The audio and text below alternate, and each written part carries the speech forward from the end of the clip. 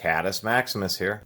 This time with a review of the Harbor Freight 3-piece basic tap wrench set. These are $9 on the shelf, so for a 3-piece set, $3 each. These are made in India, and I think I bought some of these like 10 years ago, and they were such poor quality that I just returned them. They're not usable. Surprisingly enough, the quality has improved, and for $3 a piece or $9 for the set, they're probably just about worth it. They actually seem pretty decent. I oil them now so they don't get all rusty.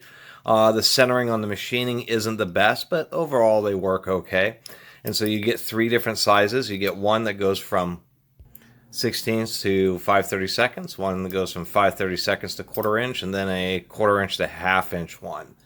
Now, these aren't, like I was saying, aren't too bad, but one of the biggest issues is the knurling is in undercut grooves, and so it basically doesn't do you any good, and so it's kind of hard to get a real good grip on these.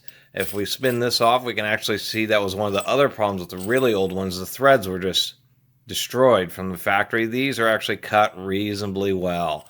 So overall, this was at least a decent little surprise that India has been improving their quality.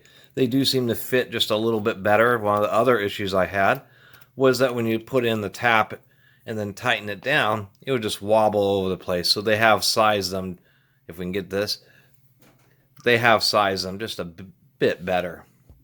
But they are still cheap tap wrenches, and to tell you the truth, for just it's actually about twice as much or something, 15, 20 bucks. Harbor Freight still is selling these, which are actually a surprisingly nice ratcheting tap wrench.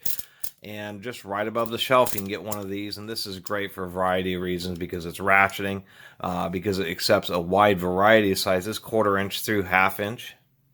So it doesn't do quite the small ones, and so that may be an advantage. Most tap and die sets come with all the basic tap handles, but if you're working with some individual ones, the most common sizes are these 1/4 inch through 1/2 inch. We have an old Greenfield tap and die here. And so you may still want to pick these up, and even though I would absolutely recommend this thing. This thing is just wonderful with its nice chuck. It's well machined. It can be fully disassembled. And then it has the dual parallel bar, so it really gives you a lot of extra torque. So that's really what I'd recommend. However, if you are working with small taps, then you will need to get a hold of some tiny tap handles. And in this case, these would work okay for small taps. Just to do a comparison of a much nicer one, this is a ratcheting style that's like this, a collet type. But we can see that, versus a professional, I would call a professional one, tons of knurling, and we can just see how much more steel and structure, even though these are both rated for the same capacity. Obviously, they are made to be cheap. There are other tap handles, such as this style, which is also a Greenfield tap and die, and these will allow you to work with just about any size taps, from tiny little, much smaller than 1/4 inch. You can work with 1/8 inch taps on this, all the way up through pretty large 5/8.